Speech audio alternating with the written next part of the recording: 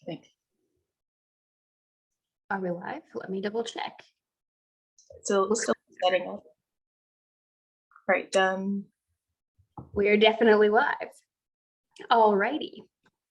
Hello, everyone. Welcome to the stream today. Very glad that you're all here.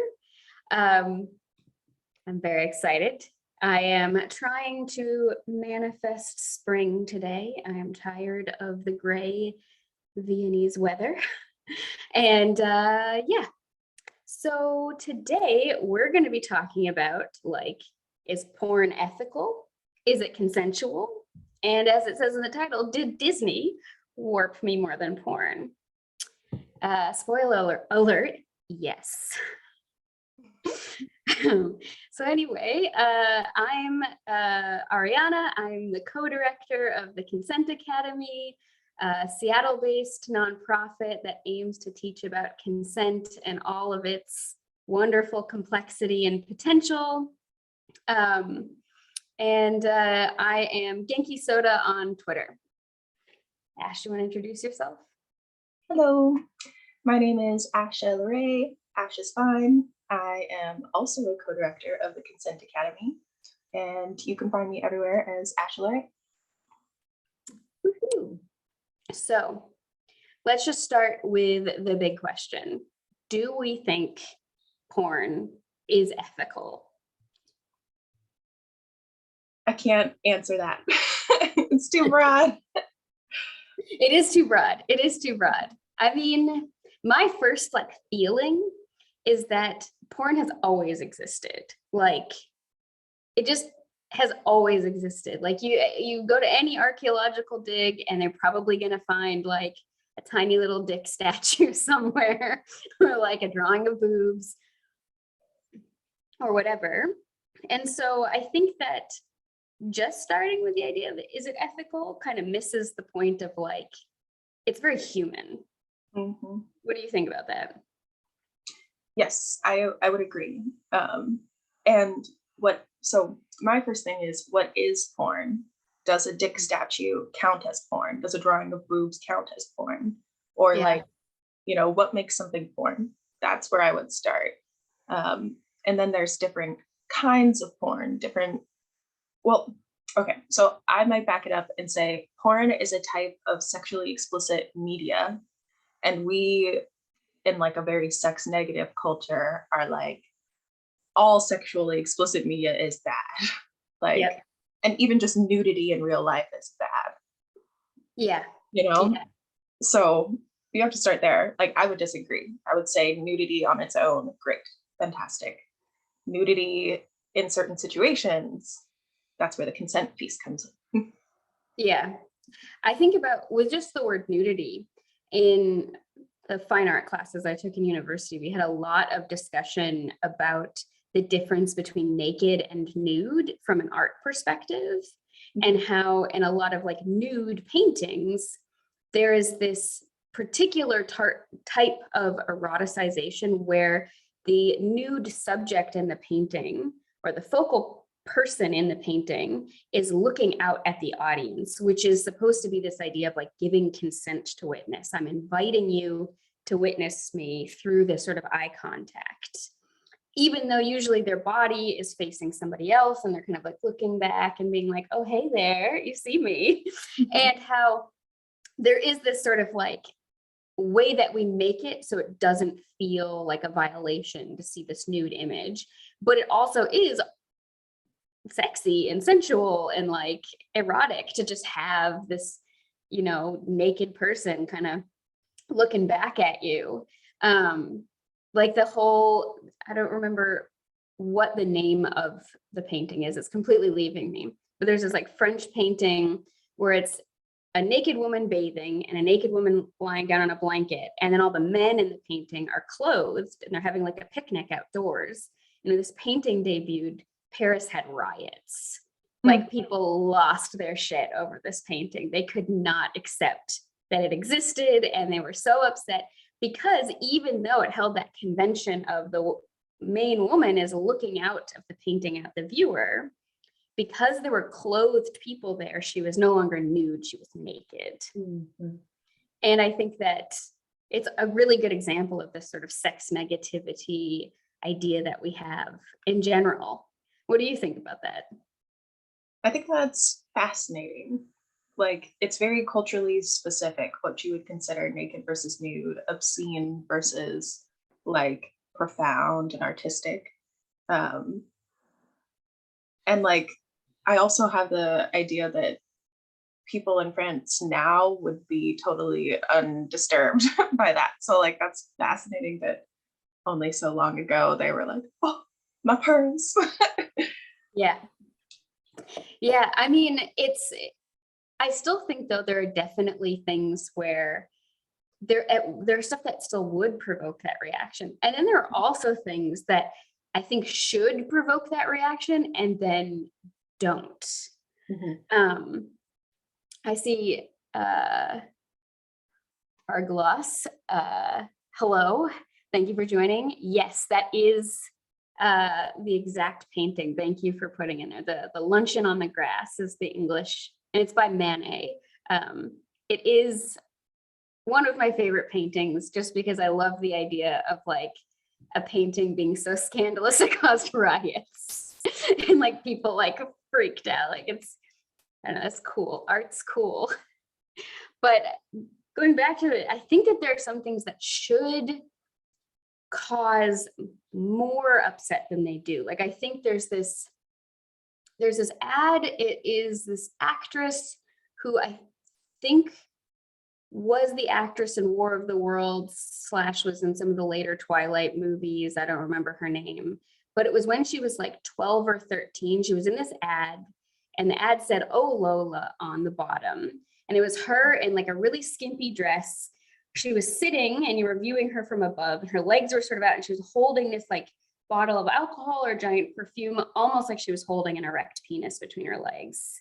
And like she looked like very much like she's on the cusp of puberty kind of thing. And it's very much this like extreme sexualization of a child. And I'm surprised that didn't get more people upset in that particular way. Like, does this child know what she's consenting to? And she's in this,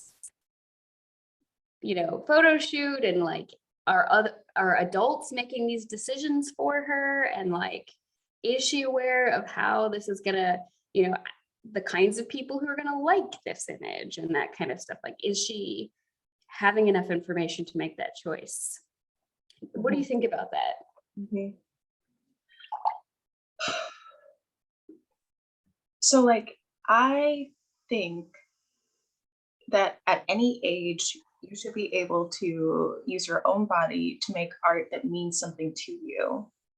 The who is consuming that art is the important part, and like for what purpose and why. So it's like a photo of like a kid in a bathtub as a family photo could be considered pornographic to some people. But like in the context of a family photo album, like that's totally fine. Yeah. And like kids taking pictures of each other or whatever, like me and my sisters hanging out in the pool at like 12, taking pictures of each other, totally fine. But when it's released for a certain audience for consumption, and like specifically to make money or to sell a product, like that's where other ethical things come in, of like, now you're creating a public message and a public symbol of this child. Yeah, that's the piece for me of like, who is all involved in that. It's kind of like, it brings up for me like that conversation around like kink in public spaces. It's like, is everybody consenting to what this means in a public space? You know what I mean? Do you see how those related? Yeah. Someone just joined chat. Devourer of Weed says, "Yo, leave porn alone." I just want to stress, like, I love porn. Okay, like I am Not in there yet. Yeah. a big fan.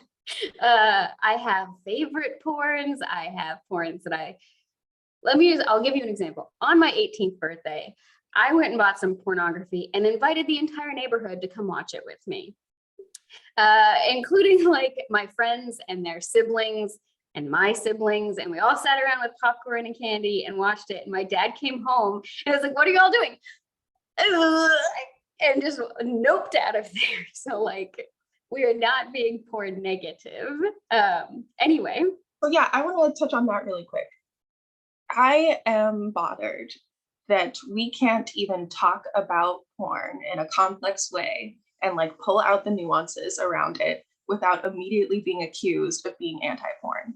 Like, Yeah. why can't we just have a conversation about, like, it can't, we talk about binaryism a lot at the Consent Academy, of things being like drawn into two distinct categories and then you lose all nuance in between them, and how that increases your risk a lot if you have that pattern of doing that throughout your life. And like, if we think of porn as like 100% good, I think that creates a lot of risk. The same way, if we think of it as 100% bad, that will create a lot of risk too. So we are not doing that here. We're trying to have a nuanced conversation about it. And we won't leave it alone. We're picking at it a lot. Yes, and the next post from Devourer of Weeds was, "I see you are women of culture." Yes. So before we go too much further into it, I want to say I do have a favorite porn. It is Edward Penis Hands. Yes, I think it is a masterpiece. It is literally one of the best movies I've ever seen. It is humor in the highest form. My favorite scene, so basically it's Edward Scissorhands reimagined, but instead of having scissors for hands, he has two penises.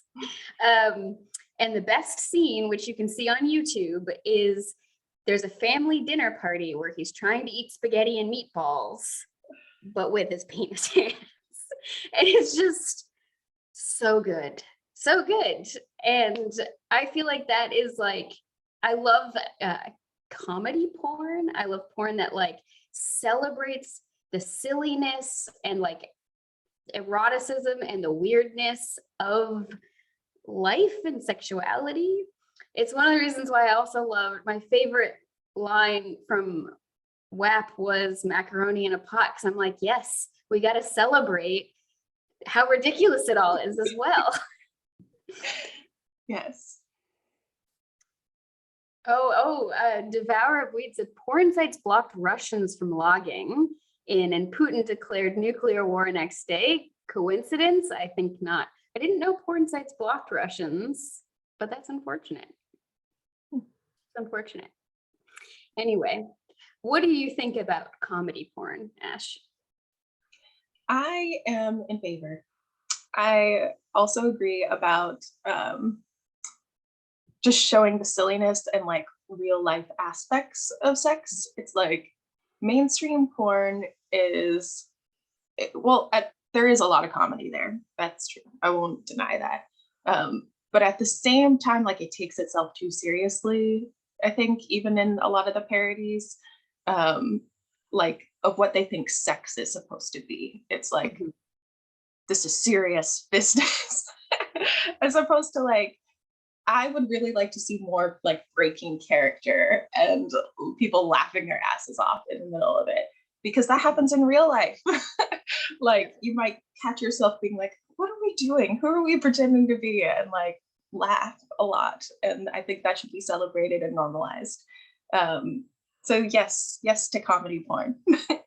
Yeah, I think that you're absolutely right. We should be celebrating just the funniness of it. Like, if you trip or you accidentally elbow somebody, or like your playlist is on shuffle and then suddenly a really weird random song comes on, and you're like, oh my goodness, like, why is yakety sax on in the middle of us having sex? And then you can go with it, or you can, stop and giggle about it. But like, that's something I do think is missing from a lot of, especially if you go to porn websites and look at what's on the front page. There's not a lot of like smiling and laughing and like celebrating each other. It's like oh man, it's so cool. We both have bodies and we're gonna both feel good and help each other feel good. And this is why I also really like vintage porn, because I feel like a lot of vintage porn, especially from the 70s, was just happier and like people looked like they enjoyed themselves. Yeah. Well, so along that line, I don't think that people whose job it is to create porn, sex workers, porn stars, that they have to like perform that they're having a really good time if they're not. Like, I get that that is a part of their job. Like, I worked customer service, and like looking like you're happy when you're not is a part of that job. I Yeah. do think that there's like some ethical things around that when it's sex, of like normalizing looking like you're having fun when you're not. So I don't mind if they don't look like they're having the absolute best time of their life, if that's true to themselves. And like that brings people into their reality of considering them as real people, not just entertainment, when they don't look like they're having like the absolute time of their life. If they're not, they shouldn't have to pretend. I mean, I do think that's an absolutely good point. And I think that it's tough because, like, I don't know, I would say that like on the front page of most porn websites, the top things that are being watched most of the time, one, we don't tend to see the guys' faces and like their experience of things. It's very focused on the woman's face. If it is sort of like heterosexual porn. And she looks like she's in pain, and that might be true. And I feel like if she's in pain and then that's not like consensual and the point of the scene, then something's going wrong, maybe. And I feel like there's a thing that could happen with normalizing and just sort of like ignoring images of someone looking like they're in pain during sex. And Devour of Weeds added, with that logic, you shouldn't be acting happy in your normal workplace either. I mean, like, I just think that's true. You I agree. I agree. Have you, like, I've worked customer service and been told to smile, and I was like, wow, I want to quit. Like, this is awful. I'm allowed to be a human as well. Like, beyond not being rude and not fulfilling the aspects of my job, why have to perform happiness when like there's so many things going on in the world, let alone your own personal life, reasons to not be happy? And like, can we not meet each other there as humans? Like, customers come in and are upset, and I would be like, okay, I can meet you here. Yeah. I think I totally agree with that. You shouldn't have to look happy at work. Yeah. Where were you? Pain.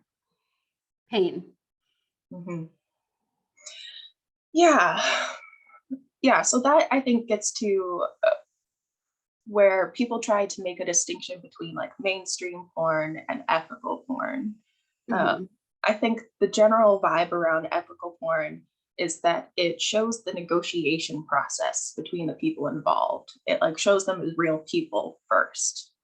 That's a standard that some people have, where if there is going to be pain, they talk about it ahead of time and like what kind of pain they like and what it looks like for them to be in pain, or like what their absolute limit is and how they're going to signal that and what the safe words are. Like, it shows that process so that you're informed about it, rather than just like cutting into the middle of a scene starting with the thumbnail and like having no context at all for like, how did we get here, how much was this negotiated? And then I think another standard that people have for ethical porn is like, it'll often show aftercare of them like coming out of that as well and taking care of each other and being like, oh, that was a scene, we were like in that space, and now we come back to being real people who care about each other again, like outside of this role play or whatever it was.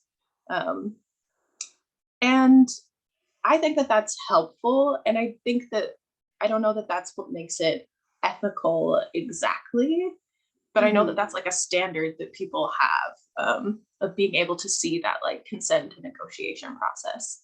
I feel like that can be incorporated into mainstream porn, and it should.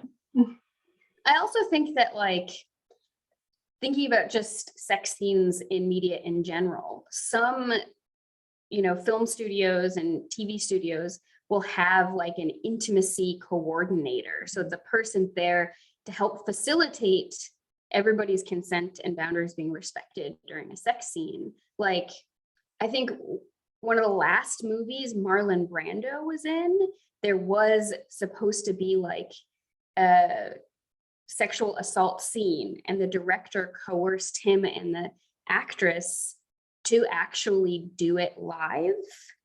And like Marlon Brando was horribly traumatized from doing that. Like he did not want to be in that position. He did not want to hurt this woman, but he was very much pressured into this. And, you know, he had been good friends with this actress beforehand, and they felt their relationship was really harmed afterwards. And they both felt it was very tragic. And like he spoke a lot about, I mean, a lot is a relative term. For someone who didn't necessarily talk a lot about personal things, this was something that was discussed. And I think that I don't want that to happen. Like whether it's porn or non-porn, like I don't want to watch something knowing that like the actors and actresses in it were like permanently harmed or like scarred or traumatized by being in that.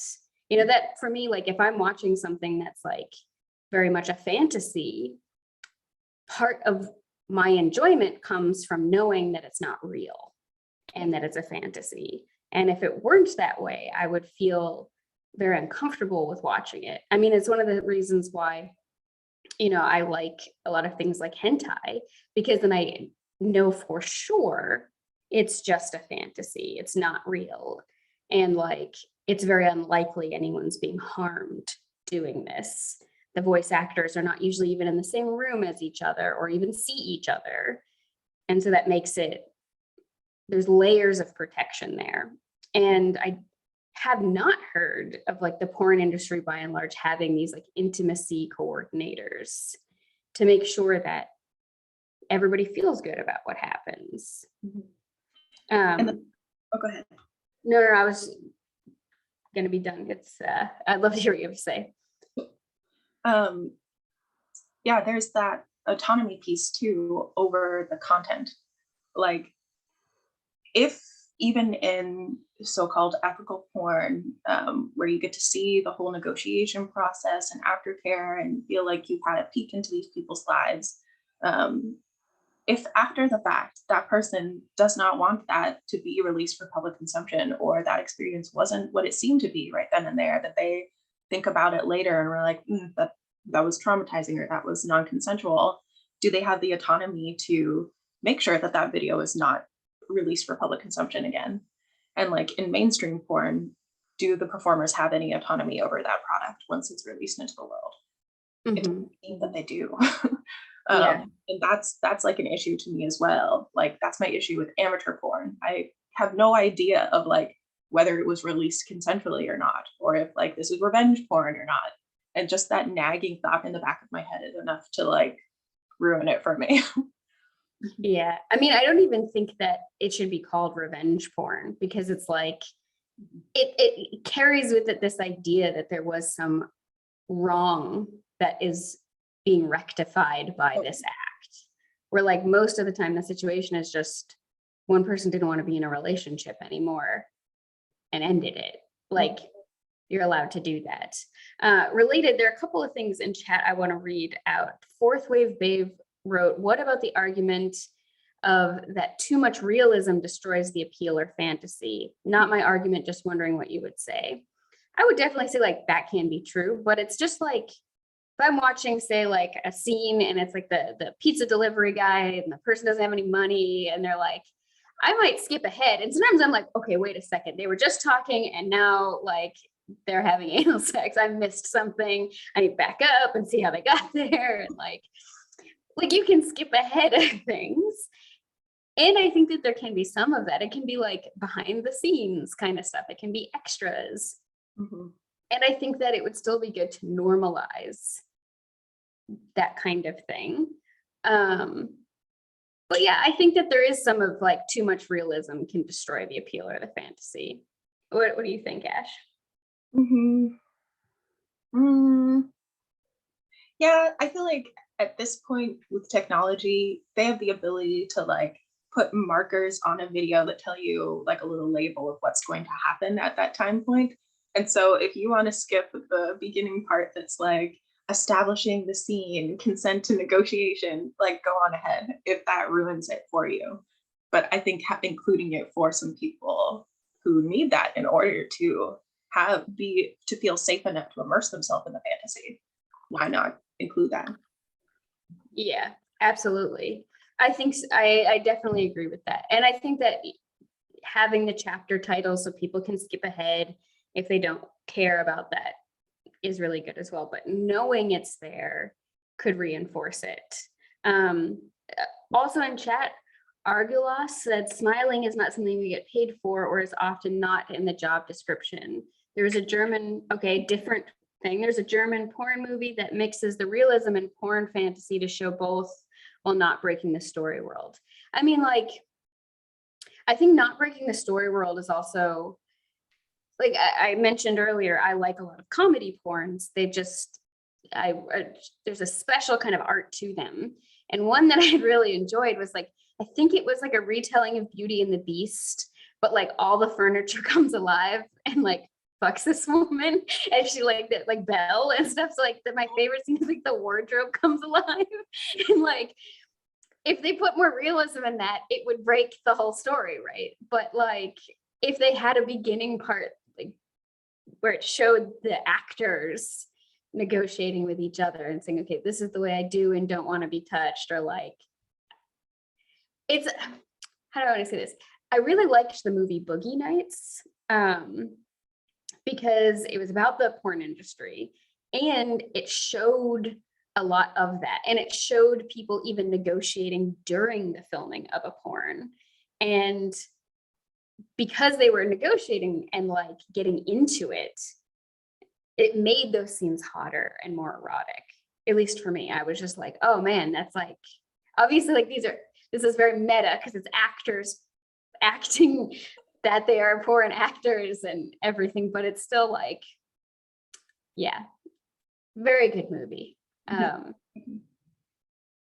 what do you think?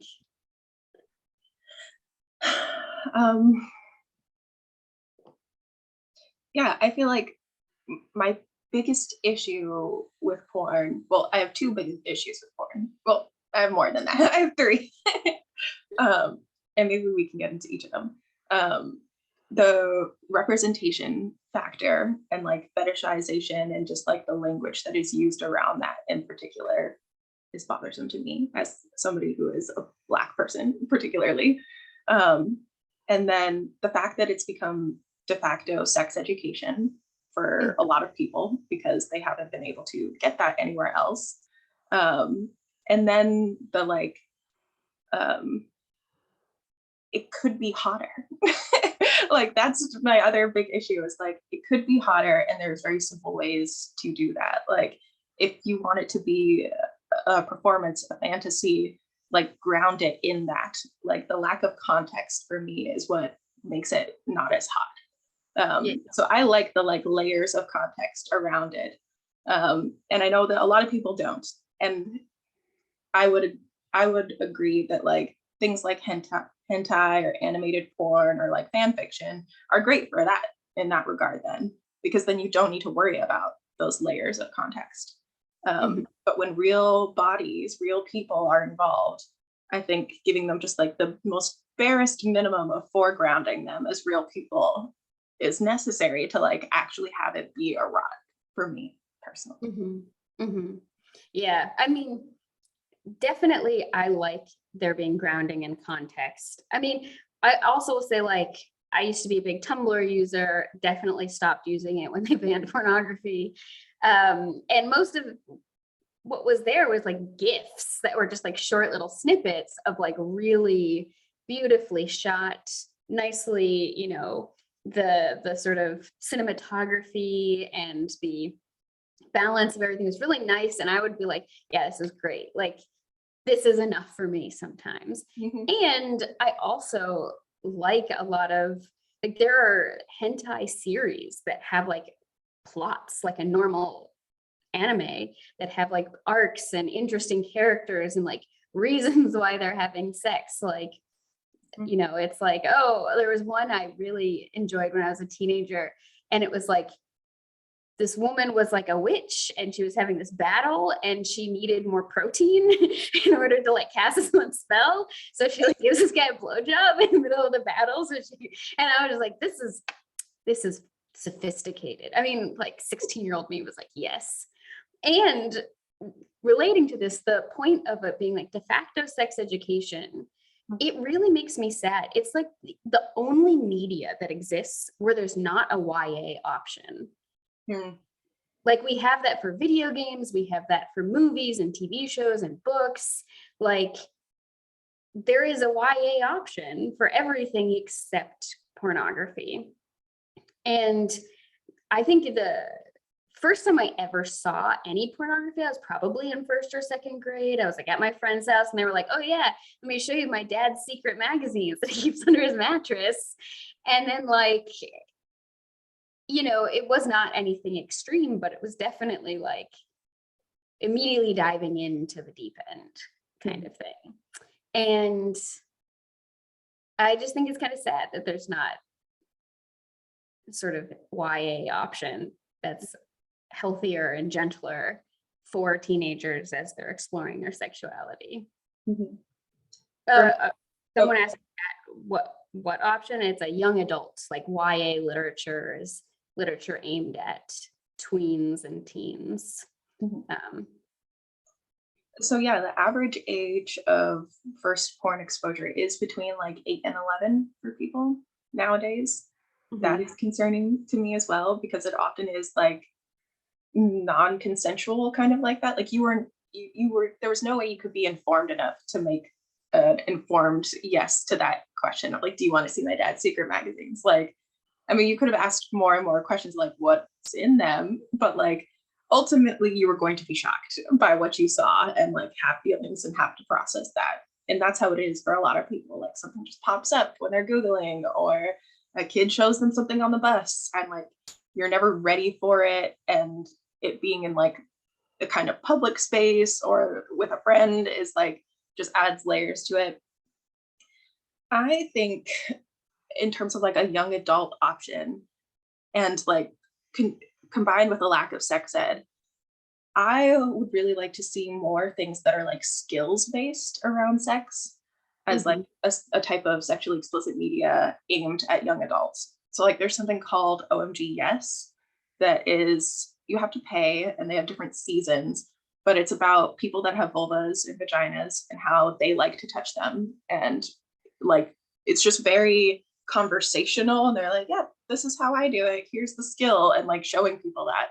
I'm like, this is what you need as a teenager. Like the actual skills based around pleasure and like from real people who are consenting to be there and like, and want to teach you, like, and it's erotic. So it's like you're learning and like being able to have sexually explicit media that's erotic. I would like to see more of that as like a way to ease people into sexually explicit media. Yeah, I wish that had existed. I mean, my mom was very, very good at making sure that by like second grade, I had a good sex ed, very age appropriate, and she was very kind of clinical and academic about it and answered the questions I asked without going well beyond them or anything. And I asked a lot of questions. I was very curious. And so I was pretty lucky because then when I did see that porn, I like kind of knew what was up already. And I was kind of like, oh, whatever. I mean, like we would giggle about it, and she was really obsessed with then like trying to find my dad's porn stash. And I was like, he doesn't have that kind of thing. And she was like, yes, he does. And I was like, how do you know? And she's like, every dad does. And I remember being like, whoa, weird. Like, oh, I had no idea. And yeah, and then when I was a teenager, I remember my mom took me to like a every woman center kind of thing. And she got this VHS for me, and it was of like women in their 40s and 50s who were in this like hippie kind of like old school women's movement circle where they all got naked and put mirrors in front of themselves. And I just was freaked, like that actually freaked me out because like one, they had like a lot of pubic hair and like I was not ready for that. And I was like, this freaks me out. And also like, I've already seen what I look like. Like, why are they all acting like this is so special? And they're making a big deal out of it. That kind of freaks me out as well. And like, meh. And so, yeah, I wish there was something like, oh my God, yes, when I was younger, because that would have been a lot better than that weird video I saw. Okay, that was a video. Yeah, I was gonna say, because they do hold those workshops. I do think that they are adults only that can come. But Yeah. those Betty Dodson's body sex workshops. And it was a big deal for a lot of people that had literally never seen their genitalia that close. Yeah. Yeah. I mean, I was always just very curious about my own body. Like I was always like, I want to see every bit of this. But similarly, like my dad never wanted, my mom was always comfortable being naked in front of me. My dad was like terrified of it. And because he was terrified of it, it suddenly made it the most interesting mission I had ever had. It was just like, I need to see my dad naked because he doesn't want me to. And like it because he made it weird, it became weird kind of thing. And it was kind of that same idea in that video. And I definitely understand that like for a lot of people, even today, feeling comfortable looking at your own body is kind of a big deal because we're taught to feel so much shame around our bodies. And somehow that missed me. And porn is a way to like start to acclimate yourself or like desensitize yourself. I think for a lot of people, I know for me, I grew up in the same kind of house where it was like, I'd seen my mom naked and like watch her get dressed and get ready for work and stuff like that. And that was fine. We'd all hang out, me and my sisters.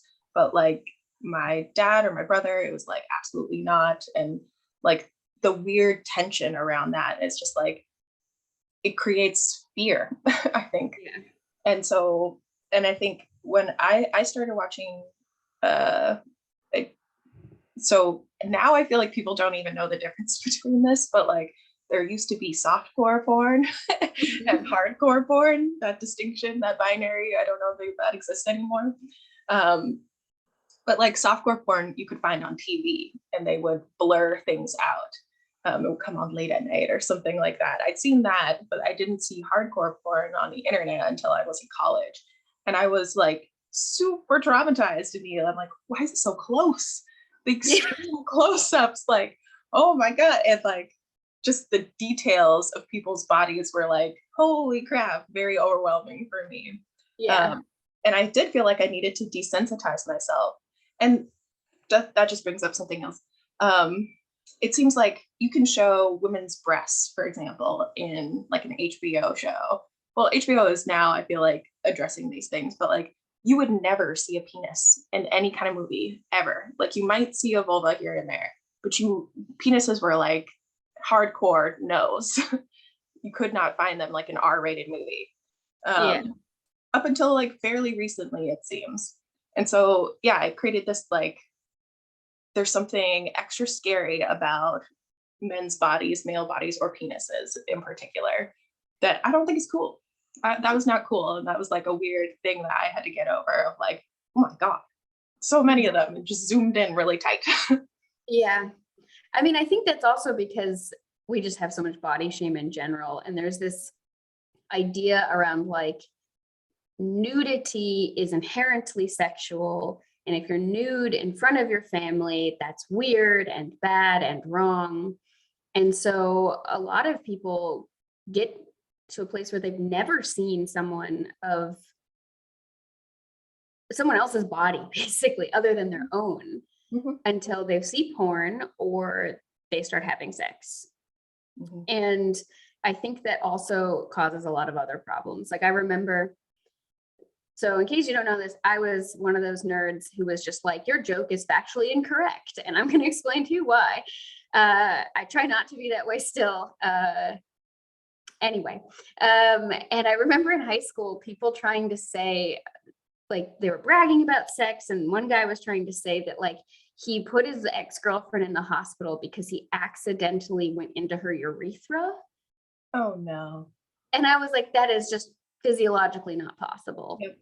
I was like, maybe if you were like sounding, you could do that, but I don't think you even know what that is, because I was a weird nerd who knew about all of these things as well. And mostly because I was just like fascinated by the incredible spectrum of human sexuality. But I was just like, that just is physically impossible, and no one would believe me. And so I like brought like a diagram in to be like, this is why it's impossible. And then I got in trouble. From like a teacher or somebody?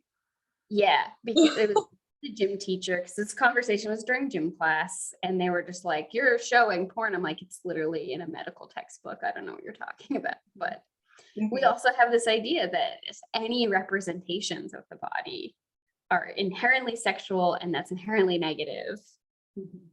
And it's so strange. I think it makes it,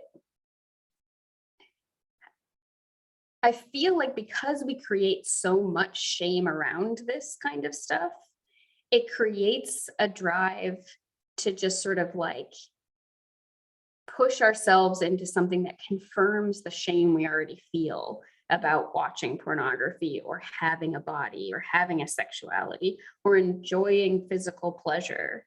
And I think that if we didn't have so much shame around even just having bodies, porn would be better. Agreed. Like genuinely just better. Well, yeah, so I think porn should be critiqued like all kinds of media. Like you can see society's ills in all kinds of media, and like porn, I think especially so. So I just want to like make that stand. It's not feminist to critique porn. It doesn't make you sex negative to critique porn. Porn should be critiqued. And yeah, that the way it makes people feel about their bodies and the type of bodies that are represented, like that is huge. There's people that are growing up with the idea that like any kind of hair is wrong, or stretch marks, or loose skin, and like all kinds of things based on the kinds of bodies that they see on porn or that are celebrated in porn. They get the most views. And then just the way they treat things around race, especially, that to me is like egregious. Like, how is that still continuing? Yeah, that part is incredibly unethical to me in that regard. It's definitely a pretty international issue as well. Like when I lived in Japan, a lot of men there assumed that because I had large breasts, I was inherently like incredibly sexual, because similar to our porn sites, they have on Japanese porn sites, there's a lot of the same kinds of categories, and like white women with big boobs is kind of a common popular one. And for a lot of those men, that was like, they had not seen people who were not larger, but also had large breasts outside of porn. And therefore immediately assumed that I was as sexual and as like, you know, open to sex with everyone as the people in their porn. And I would get a lot of harassment. And I was just like, what is happening? I don't understand. Like, you know, because I was like 18 at the time, and I was like, this is so weird. But it does affect behavior, right? It does affect people's assumptions about each other and about like, you know, what kinds of bodies, as you said, are to be celebrated and related. I remember being 15 or 16, and the person I was dating at the time complaining that my breasts were saggy because they were used to seeing fake breasts in porn that like float up here and like don't move and don't change shape, and just being like, I was just confused because I was like, are you insane? Like, how are they saggy? I'm literally 15. Like, okay. Yeah. I think it affects people's behavior genuinely. Yeah, there's a big controversy about that in the like sex education and sex therapy community, because there are people making money, frankly, off of treating porn addiction, and doing different types of couples therapy where porn is a big issue. And so like there's vested interest in people saying like, no, porn doesn't affect behavior. It's totally fine. There's no such thing as porn addiction. Respect sex workers and like get over your internalized shame and move on. And then there's another group of people that are like, it is an addiction. It can change your brain chemistry. It absolutely affects people's behavior and ruins relationships, and like sometimes also religious moralism thrown in there too. Yeah. So it gets really messy on that, but like you have that anecdata of your own lived experience. This person can say directly, I think there's something wrong with your body, and the only reason they have for that is because of porn. Yeah. And I think most people can point to things like that, or like assumptions that they've had and ways that they've acted directly being influenced by porn. Yeah. And in every relationship I've had explicit conversations with people about that, of like, why are you into this thing in particular? Or why do you like this thing? Why are you behaving in this way? Even down to like, why are you making noises like that? Why do you sound like that? People will point out, because I thought that's how you're supposed to do it based off of what I've seen in porn. Like it enforces those kind of norms, cultural norms, and like the implied, oh, this is how we're supposed to do this. Yeah, I mean, I had a lot of pressure to make more noise. And so I'm also a bit of an asshole. And my response to that was to scream Khan dramatically during sex, like Wrath of Khan. Yeah. Yeah. So anyway, I mean, I like humor in sex as well. And because the person was really like, oh, you're so quiet. And I was just like, well, like your parents are literally downstairs and like they're gonna get so angry at us if they even hear the bed squeak once. So like and yeah.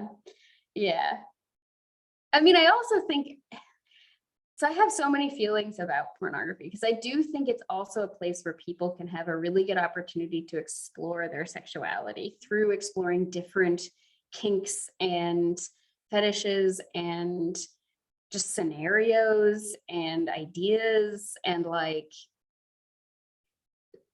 feel like they're not like, if we were more sex positive about it, it could be a really healthy way to also feel like, oh, because I find this kind of thing erotic and this is a whole like popular porn topic, I'm not weird. Lots of people feel this way. But because we're also like very sex negative and there's all this shame around masturbation, especially, like this is something we haven't even touched on, but like, yeah, there's so much shame around masturbation.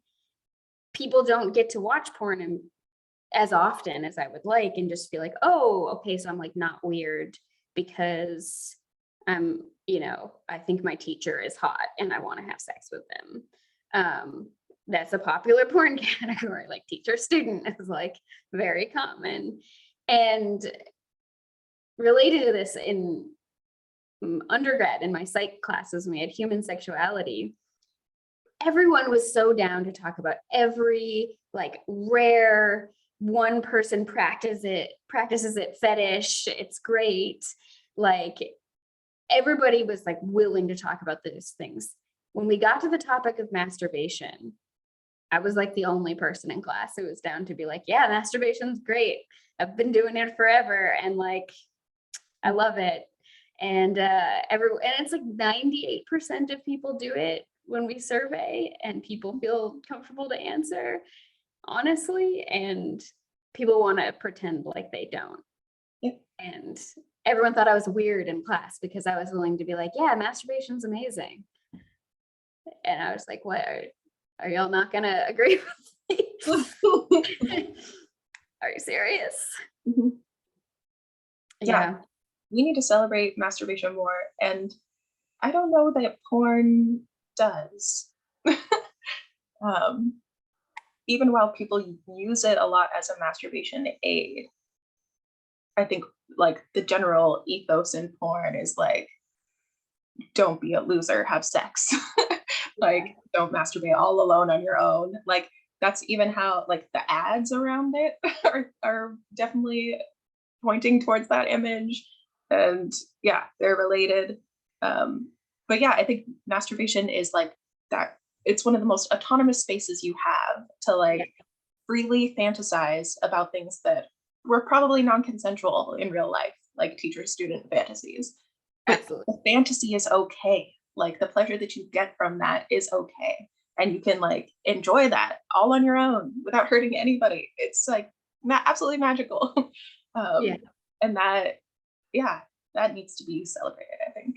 Like maybe even just like more like positive reinforcement in porn of like, good job, you're here masturbating, like, yeah, that kind of thing of like, you fully enjoy yourself. Yeah. I mean, it just breaks my heart for like humanity that people feel so much shame around just enjoying their own bodies and like having a body. And we have to pretend like we don't enjoy them. And then like, I know there's so many jokes, and I've definitely had this experience where you're like watching something in porn, it's amazing. You're like, this is the best thing ever. And then after you've orgasmed, you're like, what the fuck am I watching? What did I do there? And I feel like that's also because of shame and sex negativity. Sometimes it's not. Sometimes you're like, truly, I got caught up in the moment. But a lot of the time, I think the root cause is just because we have so much negativity around masturbation. And yeah. Related, when I grew up, I was raised Catholic, and before you make your confirmation, which is like this Catholic Bible study graduation, you're officially avowing you're Catholic. I did not make that because I was asked not to by the church. We had to do like a research paper. And I had already had a crisis of faith because they were telling us masturbation was wrong. And I was like, well, my dog humps everything. Is he going to go to hell? And they're like, animals don't have souls. And I was like, oh, hold up. I don't understand. But I was like, I was doing this research and I read a lot in the Bible. And basically I was just like, well, the only thing it says about masturbation is like, you shouldn't spill your seed, meaning like ejaculate, not for the sake of procreation, and the thoughts are impure. And so I gave a presentation that I was like, as long as you think about like trees or nebulas or Jesus, you're fine.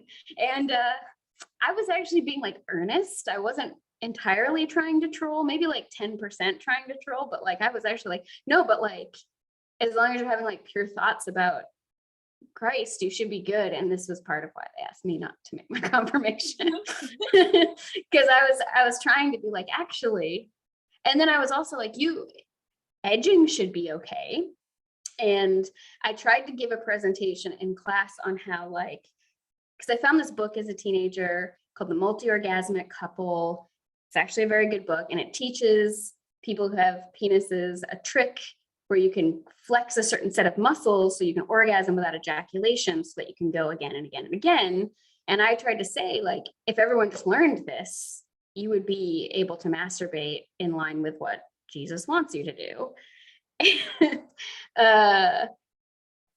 Yeah, anyway, I was not preaching to the choir. Yeah. Well, you have now found your audience. I'm definitely going to look up that book, The Multi-Orgasmic Couple. So anyway, it is 7:55. So we have to finish up because there's another meeting coming up. And I just wanted to say thank you all for being here today. It's been a pleasure. This will not be our only discussion on pornography. We didn't even get to talk about Disney very much.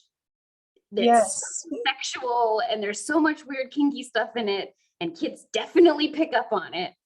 And we'll get to that in a future episode. And thank you all for being here. Thank you. Bye. Bye.